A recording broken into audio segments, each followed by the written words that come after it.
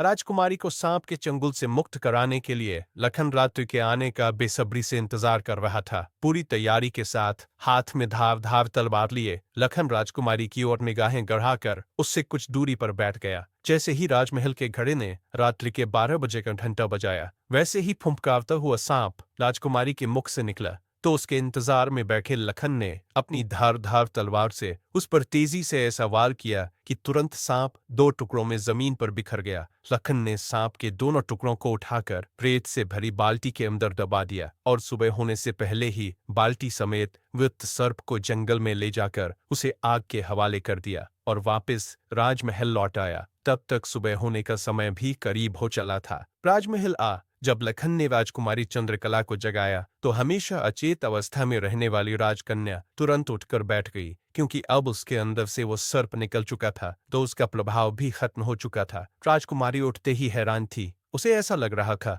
जैसे पता नहीं वो कितने सालों से नींद में थी। जब लखन ने राजकुमारी से उसके स्वास्थ्य के बारे में पूछा तो अचंभित राजकुमारी ने अपने आप को बिल्कुल ठीक बताया। तब तक सुबह भी हो चुकी थी। उधर राजा भी पूरी रात सोया नहीं था। उसे बस इंतजार था तो सुबह का। जैसे ही सुबह हुई, राजा बेसब्री से भागा भागा राजकुमारी के कक्ष में आया। जब उसने बिल्कुल सही सलामत अपनी बेटी को बैठे और बात करते पाया तो उसकी खुशी का ठिकाना ना रहा। आंखों में अश्रु लिए राजा ने तुरंत अपनी लाडली बेटी को गले लगा लिया। भरे हृदय से राजा ने हाथ जोड़कर लखन का शुक्रिया अदा किया और अपनी शर्त के अनुसार राजकुमारी चंद्रकला का विवाह लखन के साथ कर दिया। जब राजा ने लखन को अपना आधा राज्यपाट देना चाहा तो लखन ने राज्य लेने से साफ मना कर दिया। ऐसा स्वाभिमानी दामाद पाकर राजा चंद्रसेन खुशी से फूला नहीं समाया। उसने खुशी खुशी बहुत सारा धन देकर अपनी बेटी चंद्रकला को लखन के साथ विदा कर दिया। जब राजकुमारी चंद्रकला को ले लखन अपने राज्य उज्जैन नगरी पहुंचा तो उसकी भाभी समेत पूरे परिवार ने उन दोनों का हार्दिक स्वागत किया।